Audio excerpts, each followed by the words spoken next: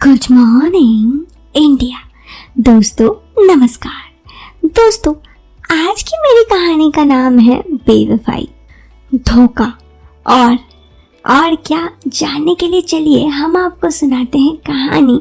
लेकिन एक बात कहूँगी, अगर आप चाहते हैं कि ये कहानी आपको सुनने में पसंद आए तो आप इस वीडियो को सुनने से पहले हेडफोन या ईयरफोन का प्रयोग करें।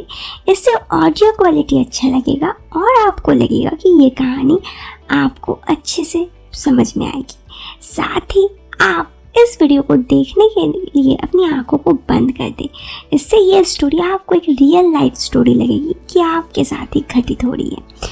चलिए अब मैं आपको कहानी सुनाती हूँ। दोस्तों मेरा नाम सुरेश है और आज की मेरी कहानी मेरी ज़िंदगी की सबसे घातक कहानी है। मतलब मेरी ज़िंदगी में कुछ ऐसा हो सकता है मैंने कभी नहीं सोचा था कि मुझे इतना बड़ा धोखा मिलेगा। चलिए क्या हुआ मेरे साथ ये तो मैं आपको बताता हूँ, लेकिन पहले मैं आपको अपने बारे में थोड़ा सा बता दूँ। मैं एक मल्टीनेशनल कंपनी में काम करता हूँ, अच्छे खासे पैसे मिल जाते हैं मुझे और मेरी ज़िंदगी बिल्कुल सही चल रही थी। किसी भी चीज़ की कोई भी कमी नहीं थी और मैं ज़िंदगी में इतना खुश था कि मैं कभी नहीं सोच सकता कि मेरी ज़िंदगी इतनी अच्छी कटेगी। खैर सब कुछ सही होने के बावजूद मेरी जो गर्लफ्रेंड थी, मेरी उससे किसी वजह से शादी नहीं हुई क्योंकि उसके घर वाले नहीं माने।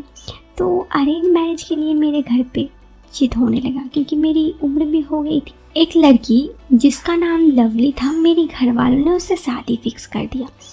मुझे कुछ दिक्कत नहीं थी क्योंकि वो लड़की देखने में काफ़ी अच्छी थी। 2 साल पहले की बात है, मेरी शादी हुई थी। मेरे घर पे मेरे माँ पापा रहते थे। पापा की उम्र वही 50 साल होगी और माँ की 45 साल। मेरी पत्नी लवली थी। मेरी पत्नी अपने माता पिता की इकलौती बच्ची थी। मेरी सास की उम्र करीब 40 वर्ष होगी, जबकि लवली के पिताजी मेरे ससुर जी की देहांत हो गई थी। मेरी पत्नी ज़मीन की मालकिन थी, इसलिए उसके पिता ने उसकी शादी जल्दी ही कर दी ताकि बाद में कोई समस्या ना हो। पत्नी की ज़मीन पर मेरा ही हक था, मैं उसका जिम्मेदार भी हूँ। दोस्तों मैं आपको अपनी पत्नी के बारे में थोड़ा सा बता देता हूँ। वो थोड़ी सी कम हाइट वाली, मतलब 5 फीट 3 इंच की है, लेकिन रंग गोरा है। शादी से पहले मैं बिल्कुल सिंगल था और शादी से करने के लिए बहुत उत्साहित था। पहले मेरी एक गर्लफ्रेंड तो थी, लेकिन क्योंकि ब्रेकअप हो गया था, शादी हुई और मेरी ज़िंदगी बहुत अच्छी कटी। कुछ दिन तो मेरी पत्नी मेरे साथ ही रही, लेकिन उसके बाद वो अपने मायके जाने लगी क्योंकि उसके माँ भी वहाँ पर अकेली रहती थी। कभी कभी मैं भी वहाँ पे चल जाता और कुछ दिन अपनी पत्नी के साथ रुक जाता, लेकिन मेरी कामकाज भी होती तो इसीलिए मुझे वापस जल्दी ही आना पड़ता। ऐसे ही करीब 8 से 9 महीना बीत गया। अब मैं असली बात बताता हूँ कि क्या है ये बात। एक बार लवली अपने मायके में गई थी। महीना भर हो गया था, मुझे उसकी याद आ रही थी। मैंने लवली को सरप्राइज़ देने के लिए अपने ससुराल बिना बताए पहुंचने का मूड बनाया। उससे पहले मैं आपको बता दूं कि मेरे ससुराल में जो घर है वो गांव का थोड़ा बाहर है। वहाँ पर खेत का एरिया है। घर में 3 कमरे हैं और एक बड़ा सा हॉल है। शाम के 7 बजे के लगभग मैं घर से निकला। वो कहते हैं ना, जो होता है अच्छे के लिए होता है। तो ये है कि रास्ते में बाइक पंक्चर हो गई। 2 किलोमीटर तक पैदल चलने के बाद मैं कहीं पंक्चर का दुकान पहुंचा। 10:30 बज गए।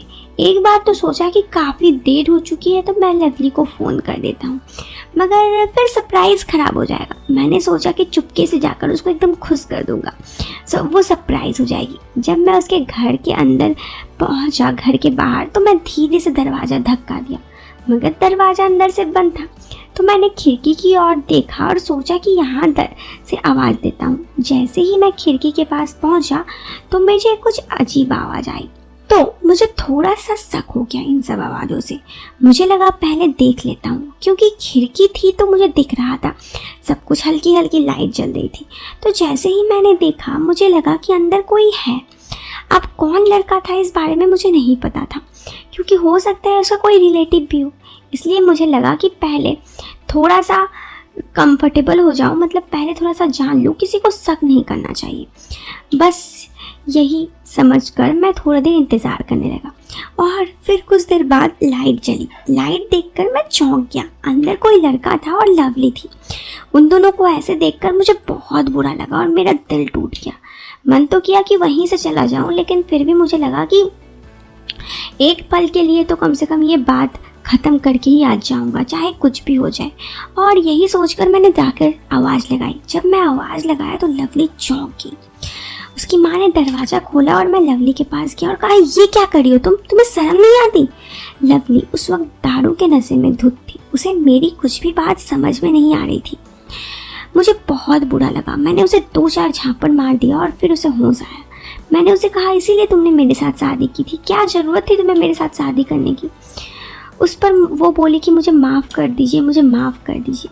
उसने कहा कि अगर तुम मुझसे प्यार ही करती हो तो ये सब क्यों की? तो उसने कहा कि मेरी गलती हो गई है, मुझे माफ़ कर दीजिए।